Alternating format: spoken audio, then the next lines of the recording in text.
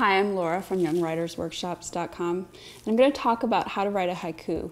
Haiku is a really interesting writing form and it's a really good one to use with young writers because it's short and it can contain a single thought, so it's easy for a writer to really grab onto and be creative.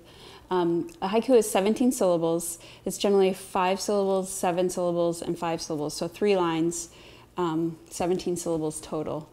Now, it's a Japanese writing form and originally was purely a nature poem, an idea from nature. This has changed over time. There are some humorous haiku, and it's expanded to be much more broad in English, but if you're going to teach the writing form, it's a great thing to help kids get started by teaching them to write about nature.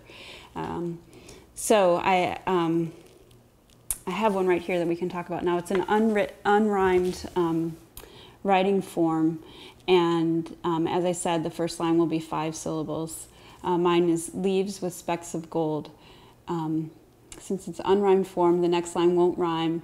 It will expand on that idea, give you some action that relates back to the first line. So the second line is gently dance above the earth. Then the last line, also 5 syllables, is the tree is left bare. Now, when you're talking with your students about writing a haiku, you want to evoke some imagery, help them think about what are some things in nature that they could describe that will illustrate an idea. And then the other point to make with students about writing a haiku is that often the poem ends with a contrast. So in this poem, we talked about leaves fluttering in the air, and then at the end there's a contrast about the bare tree, which is a little bit more of a darker image.